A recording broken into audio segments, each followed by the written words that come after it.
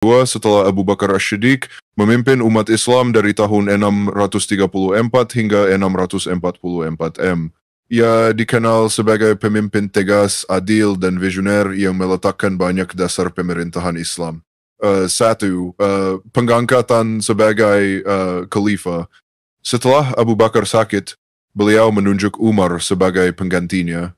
Pilihan ini sempat ditakuti sebagian sahabat karena Umar dikenal keras.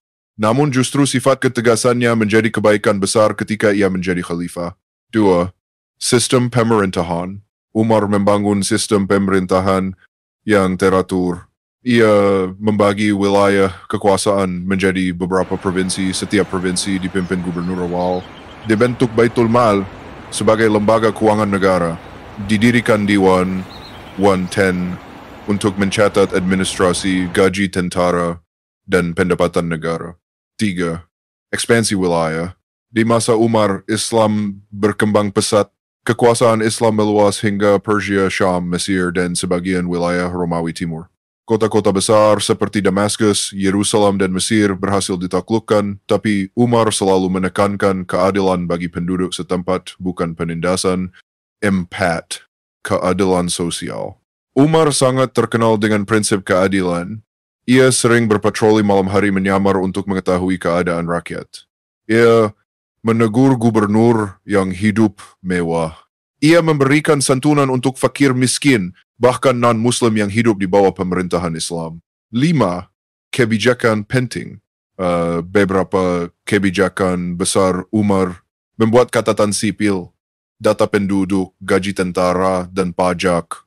Membentuk kalender Hijriah sebagai sistem penanggalan resmi Islam. Membuka irigasi dan pembangunan infrastruktur, jalan, jembatan, dan pasar. Menetapkan hukum tanah kharaj, tanah taklukan tetap milik penduduk, tapi membayar pajak. 6. Sifat kepemimpinan. Umar bukan hanya pemimpin, tapi juga teladan dalam kesederhanaan. Bajunya penuh tambalan meski ia penguasa wilayah yang luas. Tidurnya di bawah pohon tanpa pengawal, sampai ada orang berkata, "Engkau adil, wahai Umar, maka engkau bisa tidur nyenyak." 7. Akhir kepemimpinan. Pada tahun 644 M, Umar ditikam oleh Abu Lu'lu'ah al-Majusi ketika sedang memimpin salat subuh. Ia wafat setelah beberapa hari menahan sakit, lalu dimakamkan di samping Nabi Muhammad SAW dan Abu Bakar di Madinah. Warisan kepemimpinan Umar. Kepemimpinan Umar bin Khattab dikenang sebagai masa keemasan pemerintahan Islam. Tegas dalam menegakkan hukum.